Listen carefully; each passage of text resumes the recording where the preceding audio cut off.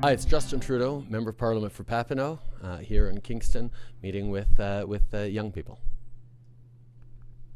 Thank you very much. So it's no secret that youth turnout has been traditionally low, especially in Canada. What do you believe is the secret to getting young people more engaged in politics? I think one of the reasons that youth turnout is low is not because young people don't care about their society and the world they're part of. They just aren't sure that politics is a way of actually affecting meaningful change.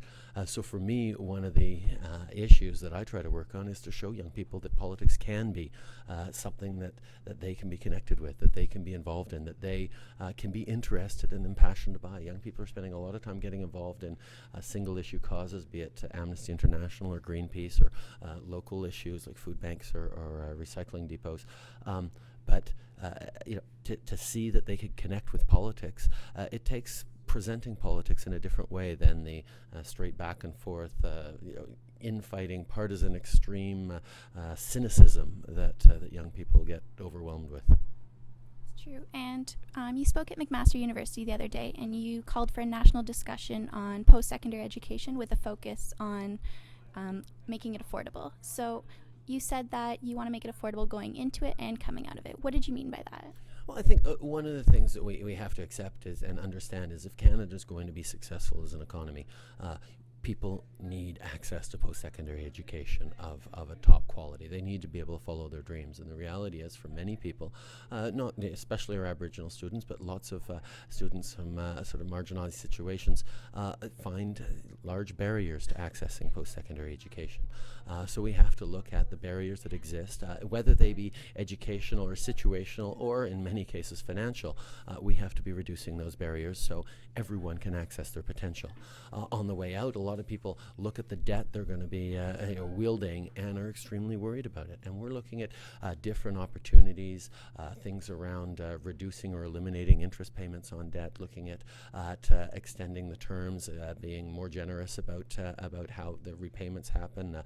In our last platform, we had credits towards eliminating or reducing the debt if people did a certain amount of hours of community service or national service. So there are lots of things we can look at.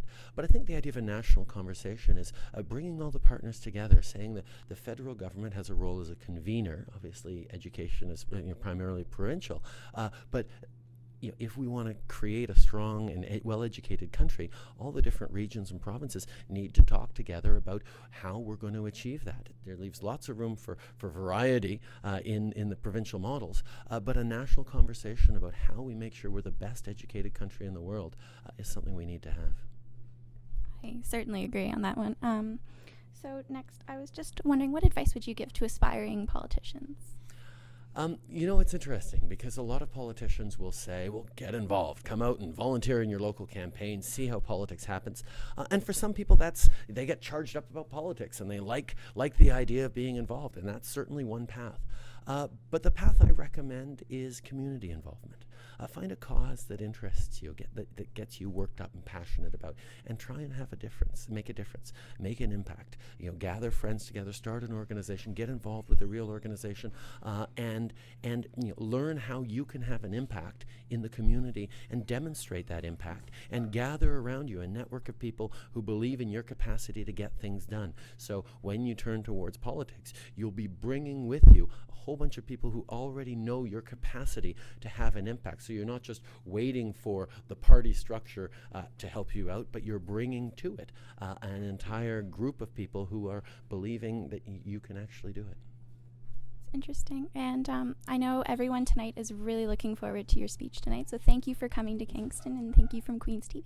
Oh, listen, it's a real pleasure.